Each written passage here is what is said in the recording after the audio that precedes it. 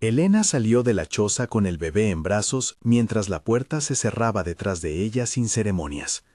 La lluvia había menguado a una bruma caliente que pegaba la ropa a la piel. El olor a barro y a carbón quemado se quedó clavado en la memoria de la casa que ya no era suya. 7 sombras la siguieron cuesta abajo. Mateo, con el rostro sucio y la barbilla afilada por la desnutrición. La niña pequeña que se dormía en ráfagas sobre el hombro de su madre. Los otros 4, un coro de pies callosos y manos siempre listas para trabajar.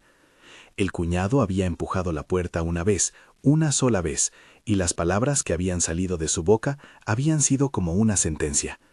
No hay lugar para viudas aquí. La tierra es para quienes la trabajan con 2 manos, no para quien trae lamentos y muertos.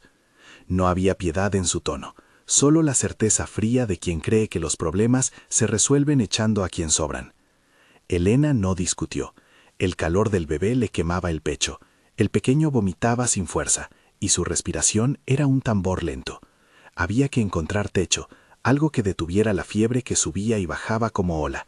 Las chozas del poblado no abrían sus puertas, la sequía había agriado las conciencias y la caridad se contaba igual que la cosecha, en manos y en monedas escasas. Ellos cerraron las puertas y la cerradura de la costumbre. Desde la ladera, la silueta del aparato recortado contra la maleza se veía como una cicatriz de metal. La gente del valle lo llamaba por nombres que olían a miedo y a superstición. Tumba del viento, carcasa de los dioses, monumento maldito. Esa tarde, con la lluvia que aflojaba y el cielo como una plancha de plomo, la explanada donde yacía el fuselaje parecía una promesa perversa. Techo sin paja, sombra sin hogar. Elena la miró con los ojos de quien no tiene alternativa. Un esqueleto de hierro y madera que la selva había intentado cubrir como si quisiera devolverlo a la tierra. Subir fue más difícil de lo que esperaron. La pendiente estaba resbaladiza por el barro y las raíces. Las botas de algunos habían cedido a los surcos. Mateo cargaba el fardo de la familia más que su edad. Elena sentía cada paso como un gasto corporeizado. El calor que se iba, la fuerza que se consumía en cada empujón. Cuando llegaron al fuselaje, el aparato parecía un ser dormido, con las alas parciales hundidas en la maleza y la cola enterrada en hojas muertas. Las ventanas rotas eran ojos oscuros. El metal olía a ozono, a lluvia que se congela, a aceite viejo.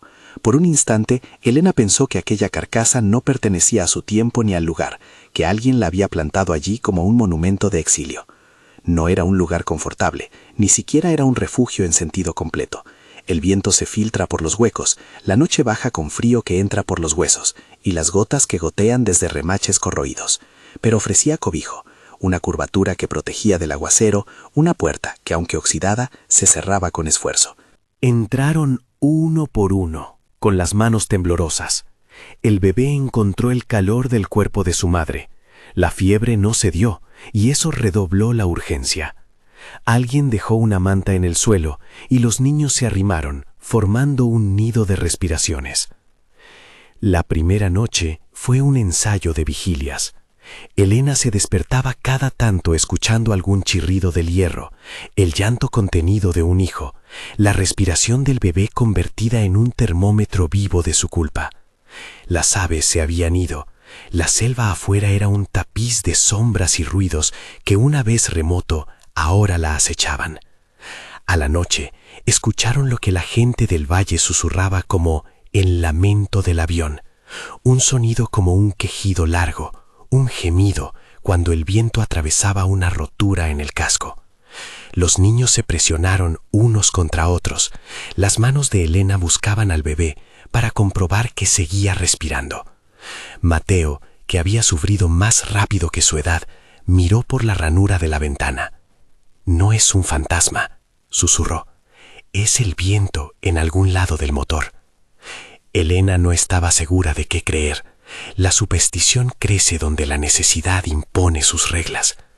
Pero la voz de Mateo tenía una templanza nueva, una que no corresponde a sus años exactos, como si la responsabilidad la hubiera esculpido en otro molde. Elena dejó que la esperanza fuera un hilo fino que la sostenía. Si el motor gemía, quizá el ruido escondiese también una historia, y en cada historia rota podía haber una herramienta, comida, algo que no fuera solo suspiros. Al día siguiente Se organizaron con dudas y movimientos torpes. Buscaron un rincón seco y estable para cocinar lo que quedaba de provisiones. Unas pocas raíces, un poco de maíz endurecido. La olla resonaba como un tambor.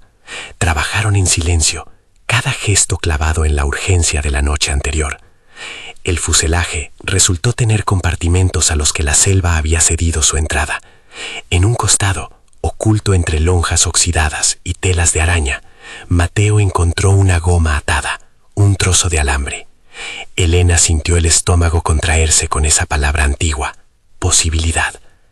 Esa tarde, mientras la luz se volvía un lento petróleo, escucharon de nuevo los gemidos, pero más cerca, más desesperados. No era solo el viento, había un timbre agudo como si algo afilado raspase metal. Elena pensó en un niño solitario que hubiera quedado dentro, en algún viajero del pasado atrapado por la noche. La idea del rescate le dio un pulso de vida. Si había alguien herido, ayudar era una obligación que borraba el pensamiento de haber sido expulsada. Se acercaron al motor con timidez. El corazón del aparato, a simple vista, parecía un tambor hueco que guardaba secretos de épocas que ya nadie recordaba con precisión. Las hélices estaban destrozadas, las piezas lucían como reliquias. Había grietas por donde la selvática humedad se colaba, y en una de esas grietas algo vibraba con un lamento que se parecía al llanto humano. Elena apoyó la mano en el borde frío, y la carne se le erizó. El metal tenía hendiduras donde el viento se concentraba y se convertía en voz. Mateo, con la frente arrugada por la curiosidad, introdujo una mano y tiró con cuidado. No encontraron a una persona. Encontraron otra forma de vida, una cabeza de animal, ojos grandes y húmedos que brillaban como charcos de tinta. No era un perro ni un gato, era algo que pertenecía a las raíces del río, un cuerpo de escamas apiladas que se alargaba y se empequeñecía dentro del hueco. La anaconda estaba enrollada, su enorme boca cerrada, su cuerpo presionando contra el metal como si buscara calor. Pero no había agresión inmediata, solo una respiración que vibraba y una inquietud que jamás Elena había sentido en ningún otro ser. Se apartaron despacio. La leyenda se volvió presente en el momento en que la serpiente desenrolló la mitad del cuerpo y emitió un sonido grave, no exactamente un siseo, sino un susurro profundo que parecía responder al viento. La gente del valle hablaba de esa guardiana con historias que mezclaban miedo y respeto, una criatura que defendía el aparato, que quedaba con él desde el accidente, que había aprendido a reconocer a los vivos y a confundirlos con intrusos. Allí, en el borde del motor, la anaconda parecía decidir qué era la familia recién llegada, amenaza o curiosidad. Nadie tocó al animal. Elena hizo lo que sabía hacer mejor con aquello que no podía controlar: observar, medir, decidir. La mirada de la serpiente se posó en el bebé, y por un segundo Elena creyó ver en ese brillo una aceptación distante, como si la guardiana supiera distinguir el calor de una vida que no quería extinguirse. Fue suficiente para que el pulso de Elena se replanteara. Tal vez la presencia no era una maldición absoluta, sino una condición nueva de ese claro. Tal vez miedo y salvación fueran dos caras de la misma moneda oxidada. No se quedaron a convivir con la serpiente por gusto, lo hicieron por necesidad. La primera semana fue una sucesión de reglas improvisadas: no encender fuego cerca de los huecos donde la anaconda dormía, no dejar comida a la intemperie, no acercar a los niños sin una cuerda atada al hombro para que pudieran jalar distancia si algo cambiaba. La vigilancia era una tarea de todos. Elena dormía en tiros cortos, con la mano sobre el pecho del bebé, aprendiendo por instinto los minutos en que la respiración era normal y los de alarma. El sonido en el motor continuaba como un personaje propio. A veces gemía con la lluvia, otras veces sonaba como un lamento que se horadaba en el metal. Esa noche, el llanto tuvo matices distintos. Hubo músculos tensos, un arrastrar metálico que parecía venir desde dentro, como si algo golpeara desde un compartimento sellado. Elena se levantó con el corazón en la garganta y fue a mirar. Mateo la siguió, con una linterna recogida de los restos, el haz de luz como una flecha en la oscuridad. La luz encontró algo que no esperaban: Una placa oculta, medio cubierta de barro y de hojas, que se movía apenas por la presión del aire. Con paciencia que parece heredada, curiosidad que la desesperación había templado, Elena y Mateo trabajaron hasta desprender la placa. Debajo, un hueco pequeño, sellado por años de humedad, guardaba una caja clavada con clavos corroídos. Era pequeña, de madera retorcida, y el cierre tenía un broche que cedió ante la mano áspera de Mateo.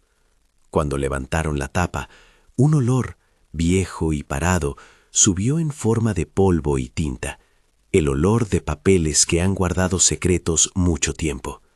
Dentro encontraron raciones solapadas y objetos que no pertenecían a un tesoro de oro, frascos sellados con lo que parecía ser quinina, paquetes de semillas, herramientas con mango de madera y punta de hierro, una pequeña brújula que aún giraba perezosa, y entre esos objetos prácticos, un cuaderno, cubierto por cuero agrietado, con una cuerda que lo ataba. La mano de Elena tembló al tocar la tapa. Sentir el cuero era tocar la historia de otro que estuvo allí antes. Mateo tocó el cierre como quien toca la obra de un antepasado. Abrieron el cuaderno. Las hojas estaban escritas con una letra inclinada y firme. Había fechas salpicadas por la humedad y pequeños dibujos de la fauna, de la corriente, de una serpiente dibujada como quien no quiere ofender ni domesticar.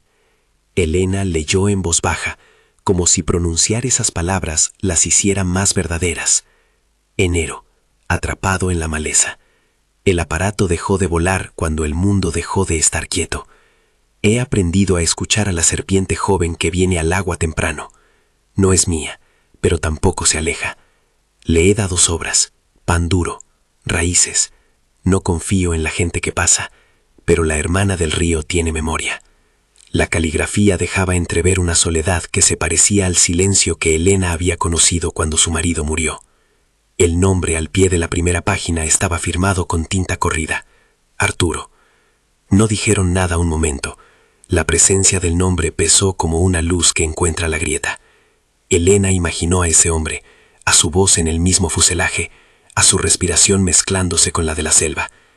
Si Arturo había convivido con la serpiente, quizá la historia que tenía encerrada contenía algo más que notas de supervivencia. Había más. Un mapa plegado entre las hojas mostraba marcas toscas, un curso de agua, una cascada, una cueva dibujada como una boca abierta detrás de una cortina de agua. Junto al dibujo, palabras trazadas con mano firme. Garganta que canta. Segundo salto. Caja escondida. No había promesas de riqueza, solo instrucciones como quien deja migas para quien pueda seguir. La quinina, las semillas y las herramientas guardadas en la caja eran remedios y sustento, utilidad fría que se vuelve esperanza para una familia hambrienta. Arturo, susurró Mateo. ¿Fue él quien dejó esto? Elena cerró los ojos y por un instante el dolor se mezcló con gratitud por aquel hombre que, muerto hace quién sabía cuántos años, había pensado en dejar algo atrás. No era derrota, era encuentro de manos que nunca se tocaron y que ahora se cruzaban en la necesidad. La posibilidad de seguir un mapa, de encontrar cajas, de cubrir las grietas del hambre con quinina y semillas, fue una promesa que se sentía más sólida que muchas plegarias. No leyeron todo el cuaderno de golpe. Las páginas estaban húmedas y Elena temía que la tinta se borrara con los dedos. Tomaron solo lo necesario: la brújula, el mapa doblado y una entrada brevísima del diario que parecía explicar la relación entre el piloto y la serpiente. Elena posó los ojos nuevamente sobre el papel. Arturo. A la serpiente la llamo guardiana por costumbre humana. Ella no entiende nombres. Compró la calma a cambio de sobras. La cueva tiene provisiones en Rincón Seco. Si alguien lo encuentra, sepa que no roba el honor de mi soledad. Dejo comida para quien venga con manos limpias. Esas palabras eran un puente. Un hombre que no presumía heroísmos, que escribió su soledad para intentar salvar a otros. Elena apretó la hoja entre sus dedos hasta sentir rugosidad. La noche cerraba, y con ella volvió el murmullo del motor, como si el fuselaje se marcase con una nueva dignidad, un timbre que ya no era solamente queja, sino un instrumento que avisaba que la historia continuaría más allá de esa noche. Llevaron consigo lo hallado, y con eso la convicción de actuar, no por ambición ni por curiosidad vana, sino por la necesidad que, como una hebra, les unía a todos: alimento, medicina, tierra donde plantar. Prepararon la lista de lo imprescindible. Mateo tomó la brújula. Elena enrolló el mapa y lo guardó en el pliegue de su camisa. Alguien cargó las herramientas, otros prepararon un haz de leña. La anaconda los observaba con la distancia de quien tiene sus propios ciclos y no reconoce los de los humanos. No buscaban domesticarla, solo necesitaban pasar por su territorio y salir con lo que Arturo había dejado. Era una frontera de respeto. Afuera, la selva respiraba en sonidos que parecían advertencias. Las nubes se juntaban con una intención de volver la noche húmeda y las sombras se compactaban. En el claro, el fuselaje con su motor quejarse era ahora un recto recordatorio. Ese sonido, esos gritos que los vecinos llamaban maldición, había sido la llave que los había dirigido hasta la caja. Lo que sonó como lamento les había traído la posibilidad de futuro. Elena pensó en el bebé y en la curvatura de sus manos alrededor del pequeño. La promesa era clara y, sin embargo, tan frágil como un hilo de seda en la lluvia. Mateo dibujó un mapa mental de la travesía: un arroyo que bajaba en zigzag, una cascada que cortaba la roca en dos, una cueva que escondía la garganta que cantaba. No conocían la ruta con precisión. La selva no perdona errores.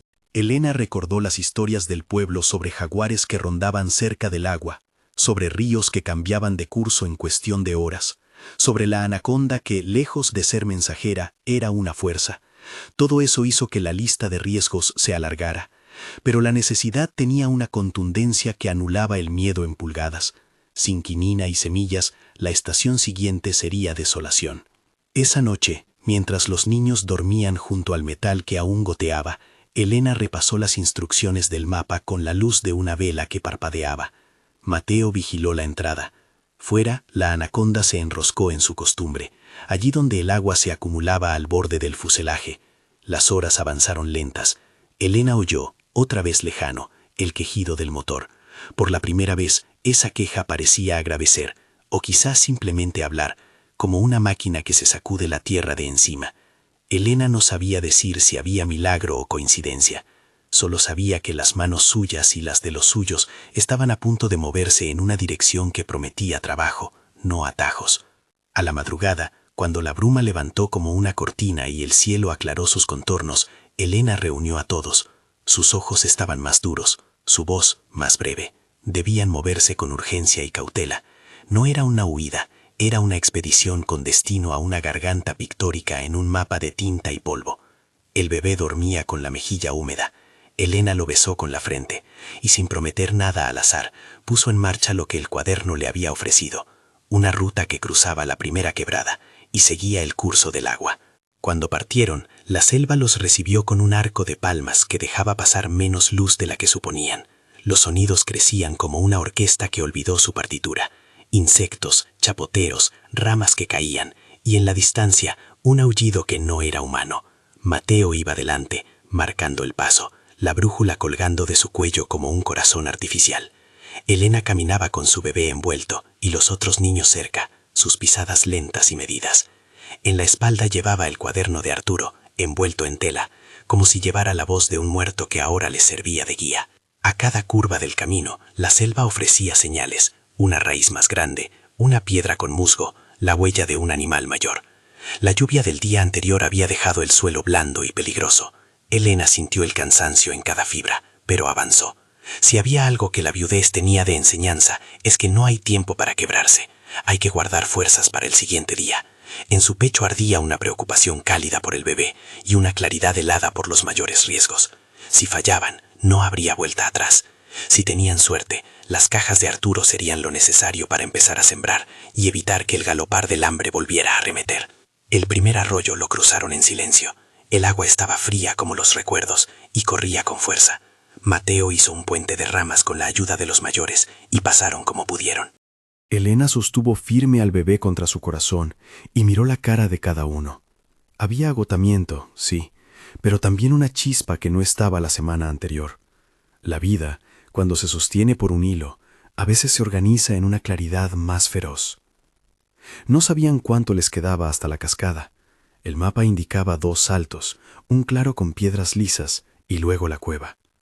Julio, el más pequeño de los mayores, comentó que había escuchado historias de la cueva y de la guardiana.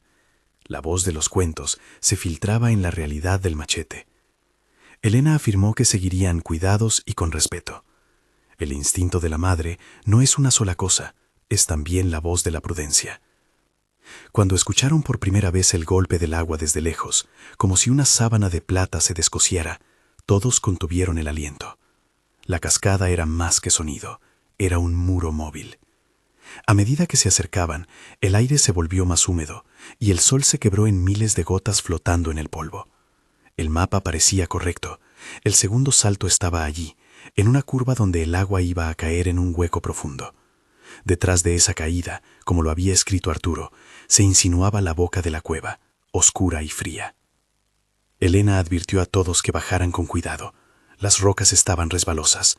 Una caída sería desastrosa.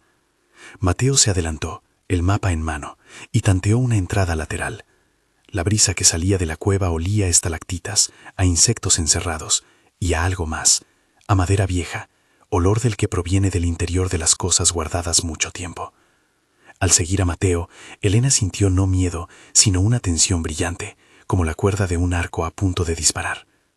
No se imaginaba que detrás de la caída la cueva estuviera tan cerca. Era un hueco tallado por el agua, de paredes lisas, con un vestíbulo natural donde la oscuridad se estiraba. Hicieron una pequeña hoguera fuera, muy lejos de la entrada, y se acercaron con la prudencia de quien no quiere perturbar a un animal que pudiera habitar dentro. La respiración del grupo era una cuenta atrás. Elena pensó en todo lo que había perdido, y en lo poco que había ganado. Una caja, palabras de un hombre muerto, un mapa. Si aquello se convertía en nada, la caminata habría sido en vano. Pero si no, si las manos de Arturo habían dejado algo más que palabras, entonces la vida tendría otra cara. Mateo metió la mano en la oscuridad y notó resistencia. No era una pared lisa, sino otra tapa, una piedra movible. La apartó con esfuerzo y detrás reveló un hueco seco. Allí, envueltas en pieles y hojas, encontraron cajas similares a las del fuselaje, madera, cerraduras corroídas, frascos y costales. La quinina se asomó como una promesa de curas para fiebres. Las semillas eran el futuro en grano. Las herramientas eran la posibilidad de labrar la tierra. Elena se permitió, por primera vez en semanas, un respiro que no supo si era alivio o incredulidad. No estaban solos en la cueva. Unos segundos después de abrir, un sonido sordo, un rasguño en la piedra. Algo, quizás una sombra, se movió al borde de la luz. Nadie gritó, nadie necesitó gritar. La selva había dejado saber que vigilaba. Elena se aferró al cuaderno de Arturo y recordó una frase que leyó entre páginas. La guardiana vigila, pero respeta la necesidad. No era garantía, pero era un amparo de sentido. Tomaron lo necesario, pero no más. En la boca de la cueva dejaron lo que no podían cargar. En la cueva dejaron el espacio para quien la habitara. Mientras salían, la sensación de peligro no se disipó. En la maleza las sombras no son neutras. Elena vio la marca fresca de una huella grande en la tierra. 3 dedos, garras, y su pecho se tensó. Era un recordatorio de que, aunque tenían provisiones, la selva no recompensaba la imprudencia. Regresaron al fuselaje con el tambor de las herramientas y los sacos de semillas. Y cuando la anaconda los miró, la distancia entre criatura y humanos se llenó de ajustes nuevos. No eran enemigos, pero no eran aliados. Eran vecinos que compartían un claro. La primera noche con las provisiones fue distinta. La quinina ayudó a bajar la fiebre del bebé. La sopa tuvo sabor a agua y esperanza. Los niños por fin rieron como si recordaran la cosa. Elena sintió el peso de su decisión transformarse. Lo que antes fue desesperación, ahora tenía un camino que podía ser transitado con trabajo. Aún así, la quietud era frágil. La selva guardaba una verdad. La vida se gana a precio de vigilancia constante y de respeto hacia aquello que es más grande que los hombres. Esa madrugada, mientras Elena cosía un saco con las herramientas y Mateo afinaba la brújula, escucharon un ruido distinto. Un grito que no parecía viento, ni metal, ni criatura conocida, sino un aullido que arrancó en el claro y se hundió en la noche. No hubo respuesta de la anaconda. solo un silencio que olía a amenaza. Elena sintió el instinto maternal afilarse hasta convertirse en coraje. Si algo tocaba a su familia, habría un precio que estaría dispuesta a pagar. No pensó en heroísmos, pensó en la niña que dormía con la cara pegada a su cuello. Antes de la luz, cuando la bruma ya estaba lista para levantarse, Elena y Mateo salieron a perimetrar. El mapa había mostrado la ruta de ida. No mostraba, sin embargo, qué otras presencias podrían disputarla. Mientras se acercaban a la punta del claro, la sombra de un jaguar se deslizó entre las hojas. Un cuerpo perfecto de poder y sigilo, ojos que brillaban como brasas. Fue un encuentro que no permitió palabra ni tregua. La bestia los miró, y durante un segundo el mundo computó posibilidades horribles. Elena interpuso su cuerpo entre la criatura y los niños, y ese gesto fue la chispa de una escena que podía terminar en devastación, o en una ruptura secreta entre especies. La situación empeoró cuando la niña pequeña, que había salido sin permiso, chilló por un insecto, y la criatura decidió que la presa se movía. Fue un instante donde la vida se habría resuelto en un parpadeo, si no fuera por la reacción de Elena y por la forma en que la anaconda apareció entre la tupida maleza como quien defiende su lugar. No apareció sumisa ni amistosa, apareció con un propósito propio. Entre los dos animales hubo un reconocimiento de que el claro no podía sostener la casa libre de nadie. Elena, sin saber, había puesto a su familia en el centro de un teatro donde la selva dictaba sus propias leyes. El jadeo de la niña fue un corte afilado en la noche. El jaguar saltó. La anaconda se desenrolló lenta y firme, no para atacar, sino para marcar territorio. En ese instante, que Elena no recuerda si fue fe, instinto o terror, se lanzó hacia su hija, y la escena que siguió fue una mezcla de barro, hocicos, escamas y gritos. No hubo instrucciones aprendidas ni trucos prestados, solo la urgencia de una madre. El combate duró lo que una vida ocupa en segundos. Cuando todo terminó, jadeando, cubierta de tierra y con la ropa hecha harapos, Elena tuvo a su hija entre los brazos. La bestia se había marchado, y la anaconda se había retirado al borde del claro, intacta. No hubo victoria triunfal, hubo una supervivencia que costó. La respiración de Elena era pesada, se apoyó en una roca y miró alrededor. La mayor amenaza había pasado, pero el mundo no daba treguas. Había marcas en la piel de su hija, moretones y miedo, pero viva. Elena apretó la mano de la niña hasta que le dolió. En su cabeza, la figura de Arturo parecía más real que nunca. Aquel que había dejado la quinina y las semillas había también dejado, sin saberlo, una especie de pacto tácito entre la vida humana y la de la selva. No era alianza romántica, era una tregua de intereses mutuos. La luz del día llegó con la posibilidad de trabajo. Había mucho por hacer: reforzar el fuselaje, establecer turnos de vigilancia, sembrar las primeras semillas en un pequeño claro junto al agua. Elena empezó a trazar planes que la obligaban a mirar el futuro con ojos prácticos. Lo emocional no desapareció, pero se resignó a ocupar un lugar que sirviera. Sabía que nada de lo hallado transformaría la miseria en riqueza de la noche a la mañana, pero las raciones significaban evitar una muerte segura, y las semillas, sembradas y cuidadas, podían ser el hilo que sostuviera a los suyos cuando la estación volviera a ser cruel. Entretanto, en la penumbra de la cabaña de metal ahora usada como hogar, Elena se permitió leer más del cuaderno. Una entrada pequeña y escueta la cruzó como un relámpago. Abril, si alguien lee esto, el claro no es mío. Cuida la serpiente y no la insultes. Las cajas no son para riqueza. Siembra con paciencia. Elena guardó el cuaderno cerca del fuego, como a un anciano que necesita calor. Afuera, las hojas retomaban sus murmullos. Dentro, la familia respiraba con menos sobresaltos. Habían cruzado una línea, de fugitivos a colonos improvisados. El avión ya no era solo el lugar donde habían encontrado refugio. Empezaba a transformarse en un arca. No por milagro, sino por manos que trabajaban, por un mapa y por la decisión de no ceder. Pero la selva no se domestica con buenas intenciones. Había todavía sombras que no entendían su lugar, huellas que anunciaban regreso, y un rumor en el viento que no cesaba. Los gritos en el motor habían sido la chispa. Las cajas y el diario de Arturo habían sido el camino. La acción que seguía exigía más esfuerzo, más vigilancia, más astucia. Elena lo entendió en la carne de los golpes y en el alivio de la quinina en la fiebre del bebé. La supervivencia sería una forma lenta de batallas y cosechas, y ella que había nacido para cuidar, ya no podía ser solo la que pedía, debía ser la que guiara, la que construyera, la que pagara el precio de cada respiración segura.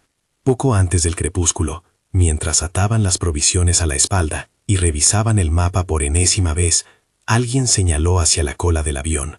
La anaconda, esa vez, tenía algo enrollado entre las escamas cerca de la cabeza, un pedazo de tela, un hueso, o quizá algo que brillaba.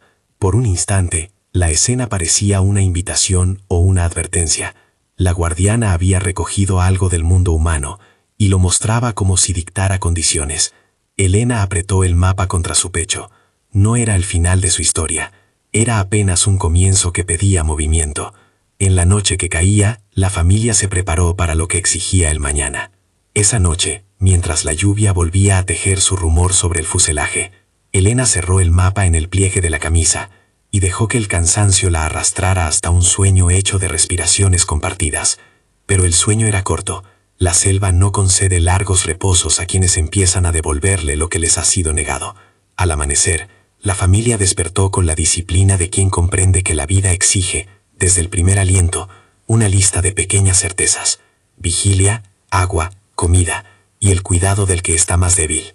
Si esta historia te está sosteniendo, suscríbete y quédate hasta el final. Hay cosas que solo la paciencia revela. Los primeros días después del hallazgo fueron un mapa de gestos repetidos: reforzar los remaches sueltos del fuselaje, colocar tablones para cerrar las aberturas que dejaban pasar el frío, distribuir las raciones con la cuenta de quien sabe que un error se paga con hambre. Elena organizó turnos. Durante la mañana, las mujeres del grupo lavaban la ropa en el arroyo cercano y extendían los paños sobre piedras calientes. Por la tarde, los más grandes cavaban un par de camas elevadas en el claro donde el agua no encharcaba, y las noches pasaban en vela. Mateo aprendió a leer la brújula con los ojos entrecerrados, a medir la distancia por pasos y a reconocer el sonido del motor quejarse cuando cambian las nubes. Los niños recuperaron algo de risa, al principio tímida, y el bebé, ya más sostenido, dejó de temblar tantas noches. La quinina funcionó como un milagro de paciencia. No curó al instante, pero detuvo la fiebre y dio tiempo.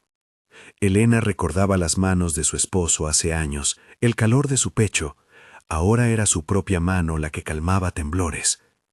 Cada vez que el niño abría los ojos con una lucidez nueva, Elena veía el precio que había pagado por llegar hasta allí y la decisión que la mantenía erguida. Nadie moriría por falta de lo que podían cultivar. El trabajo de plantar fue un rito largo. Arturo no dejó instrucciones de siembra precisas, solo nombres de semillas y una nota que decía: siembra con paciencia. Pero Elena conocía la tierra, por menos que hubiese quedado. Jaguayes, maíz y algunas legumbres que aceptaran la sombra parcial del claro fueron los primeros ensayos. La siembra se hizo en hileras pequeñas y cuidadas, con abono mezclado de hojas y ceniza. Era una agricultura de mano, sin prisa pero sin tregua. La primera lluvia que siguió a la siembra trajo la gratitud de todos. La verdez que asomaba entre la tierra fue celebrada como si fuera un festín. La presencia de la anaconda dejó de ser un terror absoluto para convertirse en una condición de respeto. No hubo conversaciones entre humanos y serpiente, no se forjaron lazos de ternura ni gestos de domesticación. Lo que sí hubo fue un entendimiento tácita. La guardiana se mantenía en la periferia del claro, vigilando como si la memoria del avión la marcara como su lugar. A veces Elena la veía dormirse al borde del agua, medio oculta entre las raíces. Otras la serpiente cruzaba el arroyo, con movimientos que parecían medir la fuerza del río. Los niños aprendieron a no perseguirla, los mayores a leer su silencio. La guardiana fue en realidad una frontera que les obligó a no olvidar que el lugar tenía dueños más antiguos que ellos. Con el paso de semanas, la idea de quedarse se transformó de salvación temporal a obra de fundación. Elena empezó a trazar para sí mismas reglas más duraderas: un huerto, un pequeño lugar para guardar semillas, un sitio alto y seco para dormir los días de lluvia. Reforzaron el fuselaje como despensa y taller. Con las herramientas de Arturo aprendieron a afilar una azada, a enderezar un clavo torcido, a armar una bisagra nueva. Cada tarea terminada era un tramo ganado, cada error una lección que quedaba escrita en la memoria de los cuerpos. El otoño llegó con una prueba, una enfermedad breve pero voraz que asaltó a quienes trabajaban sin descanso. No era tan fulminante como la fiebre que había tenido el bebé, pero dejó a varios débilmente cubiertos de sudor y mareo. Elena improvisó infusiones con cortezas y hojas y la quinina se repartió con frugalidad táctica. La recuperación fue lenta, sostenida por las manos de los que podían sostener a los que caían. En las noches, junto al fuego, alguien leía fragmentos del cuaderno de Arturo para recordar que no estaban inventando nada, que otro hombre, antes, había trazado esa misma ruta de cuidados. Septiembre. La selva no regala confianza, pero puede reconocer constancia. Fue una línea que leyó Elena y dejó una calma en la madera del fuselaje. Mateo cambió de manera visible. La responsabilidad que había tomado la primera noche se tornó oficio. Enseñaba a los más pequeños cómo amarrar un haz de leña, cómo evitar que un cuchillo mal envuelto cortara lo que no debía. A veces se acostaba en la cola del avión y miraba la curvatura oxidada como si tratara de leer el pasado que lo había traído.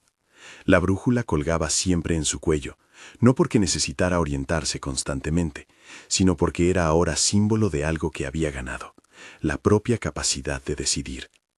Afuera, la selva seguía siendo un personaje con voz propia.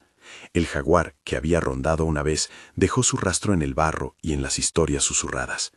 Una madrugada, escucharon la carrera de una presa y el estampido de ramas. Otra vez, las sombras les recordaron que la comida atraía a los que cazan. Por eso reforzaron los corrales improvisados y enterraron alrededor pequeñas trampas protectoras que no dañaran, solo alertaran. Nunca hubo intención de atacar a los grandes depredadores, solo medidas para que la convivencia no terminara en tragedia. Con el paso del tiempo, la fama del lugar fue filtrándose hacia el valle. Al principio recibió miradas desde lejos. Algunos comerciantes que iban de paso miraban la silueta del avión y se preguntaban qué podía sostener a una familia que vivía en aquello. Luego llegó curiosidad, y a la curiosidad ofrecimientos tímidos de intercambio. Una vez, un viejo que recorría rutas trayendo guisos secos ofreció hojas de tabaco y cuerdas por una tarde de mano. Otra vez, una mujer del poblado vecino dejó una olla de barro a cambio de semillas de maíz, y la transacción que antes habría sido vergonzosa pasó a ser orgullo. Estaban produciendo algo que podía intercambiarse, que podía sostenerlos. Hubo, sin embargo, quien no miró con buenos ojos. El cuñado que la había echado se enteró de la existencia de las provisiones y de la recuperación de la familia a través de rumores, y se presentó una tarde, bordeando el claro con la arrogancia de quien cree que el pasado le da derecho. No fue un ataque, fue más sutil, fue la reclamación de algo que no entendía, autoridad. Quería parte de lo que él llamaba lo rescatado. Elena lo recibió sin sorpresa ni rencor superficial, fue práctica. «Siéntate», dijo ella, y mientras lo miraba medir su hambre con los ojos torcidos por la sequía, añadió: «No nos trajiste nada cuando había que traer. Ahora ayudas con trabajo o te vas como llegaste». El hombre se enfureció por el desafío, pero no era un ladrón de fuerza bruta. Era un hombre de pueblo cuya vergüenza lo obligó a elegir. Volvió al valle con promesas ruidosas que se sofocaron pronto ante el peso de la tierra y la costumbre. Otros, en cambio, cruzaron el arroyo con humildad y ofrecieron manos. Con el tiempo, la comunidad del Claro no fue solo la familia de Elena, sino un pequeño conjunto de almas que habían hallado en la tumba de metal un arca.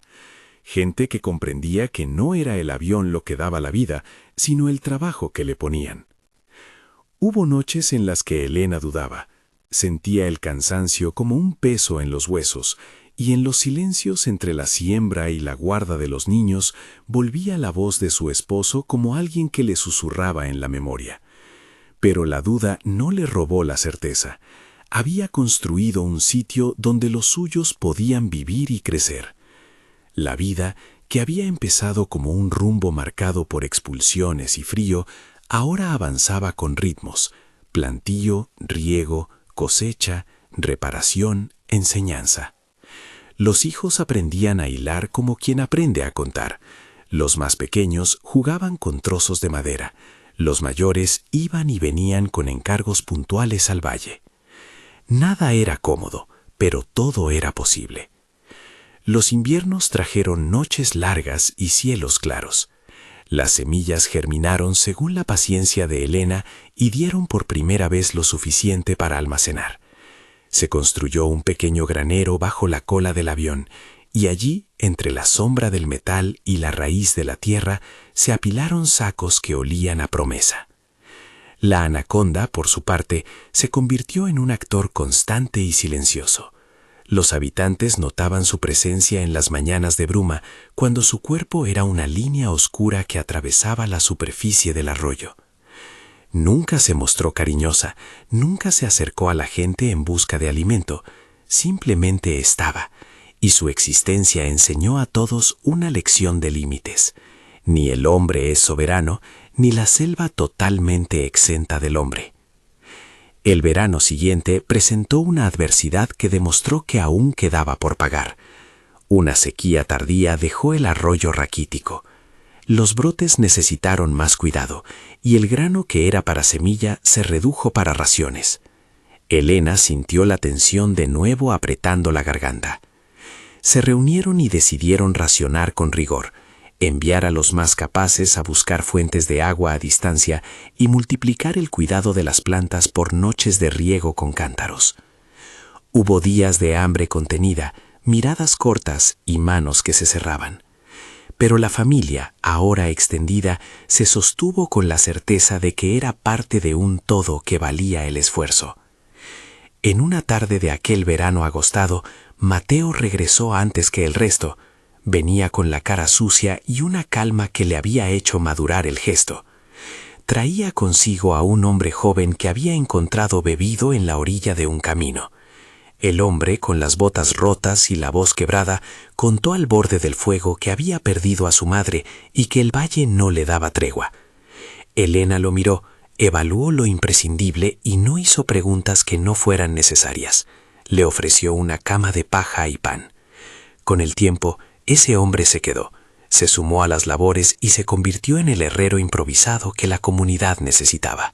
Esa llegada fue un recordatorio de que el lugar atraía a los que necesitaban una segunda oportunidad, y que Elena, sin quererlo, estaba construyendo algo más grande que su familia. Los años moldearon a los niños. La niña que casi fue arrancada por el jaguar creció con la cicatriz en el brazo como marca silenciosa.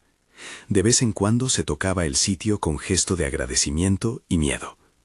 Mateo, por su parte, se volvió más sereno.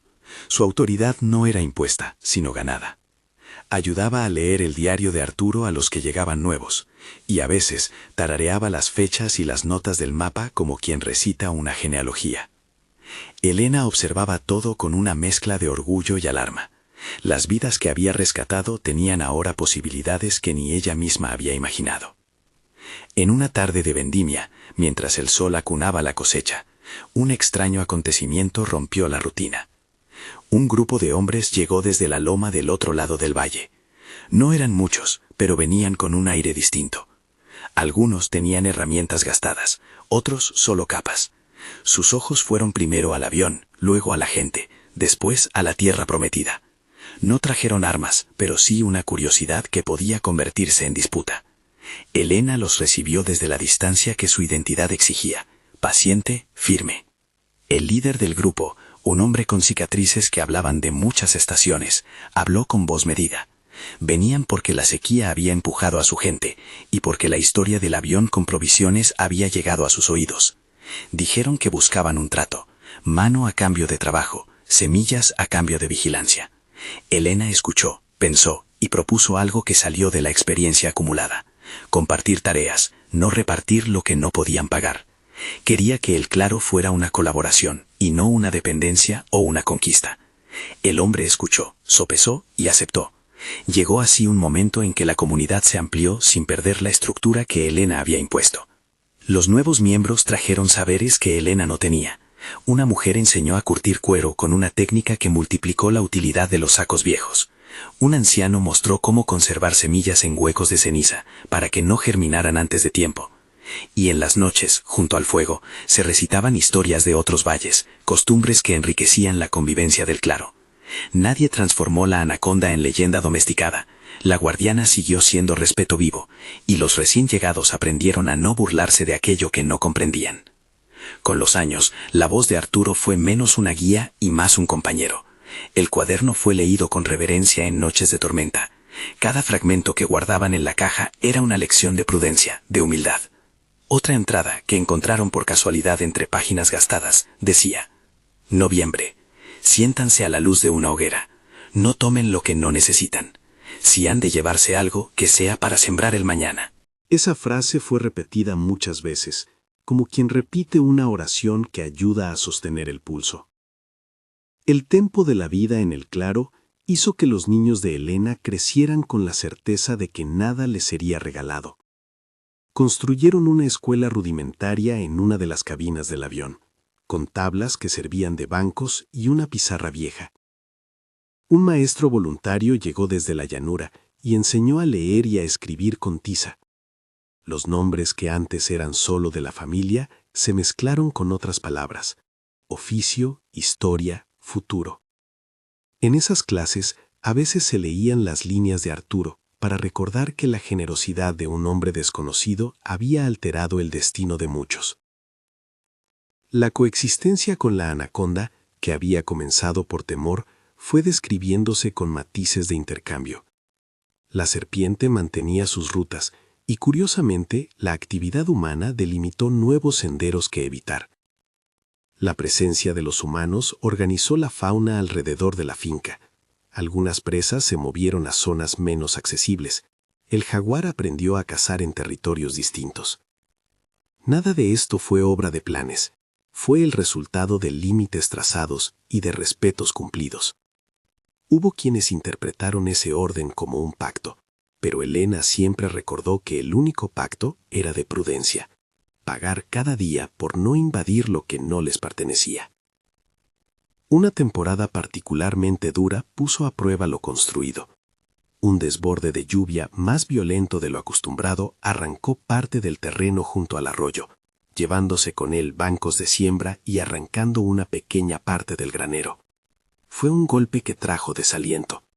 La familia y los nuevos vecinos trabajaron semanas sin descanso para reconstruir, tapar los surcos, levantar nuevos muros y desviar el cauce.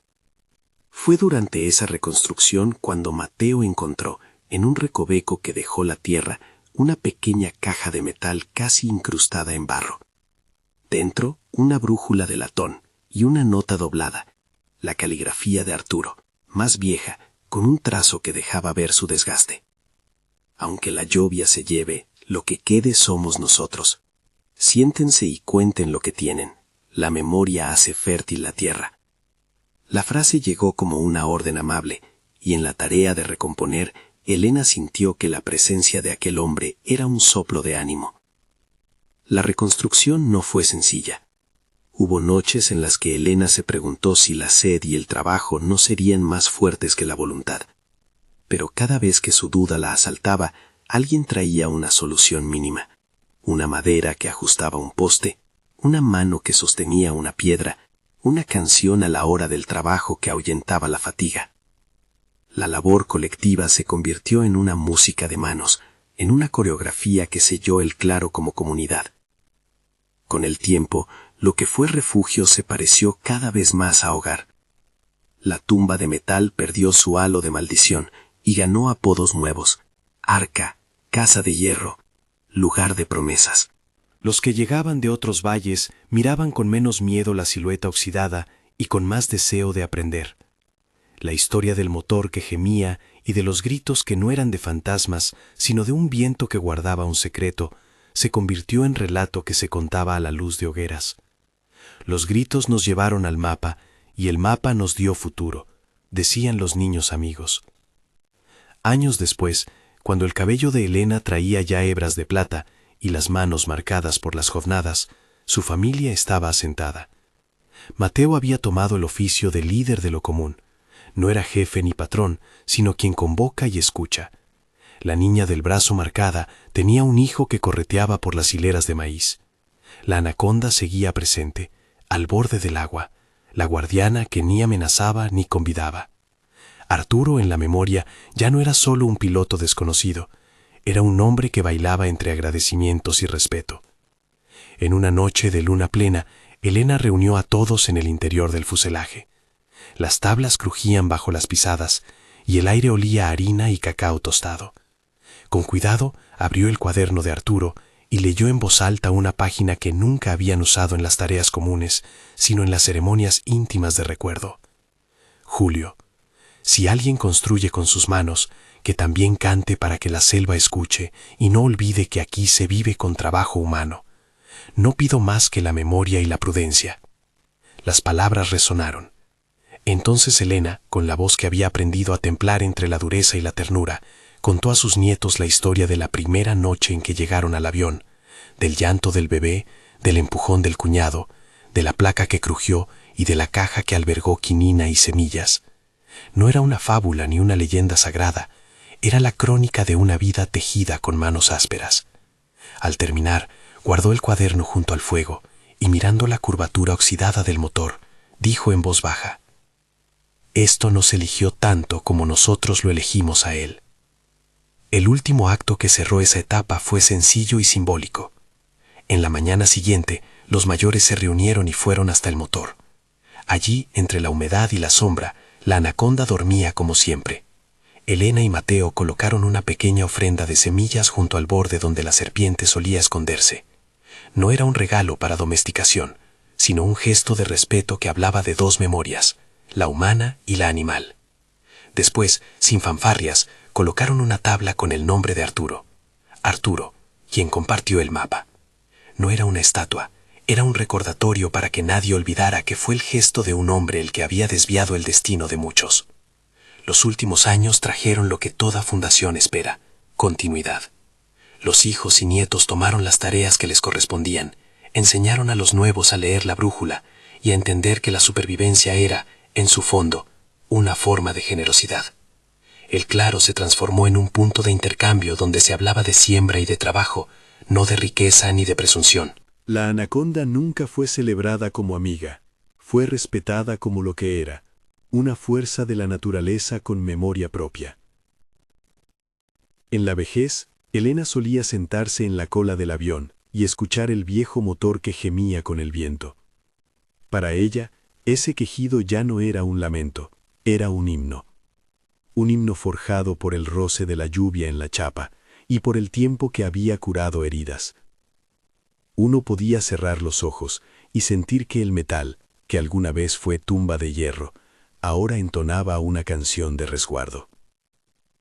La familia que una vez fue expulsada halló en esa carcasa la posibilidad de reescribir su historia.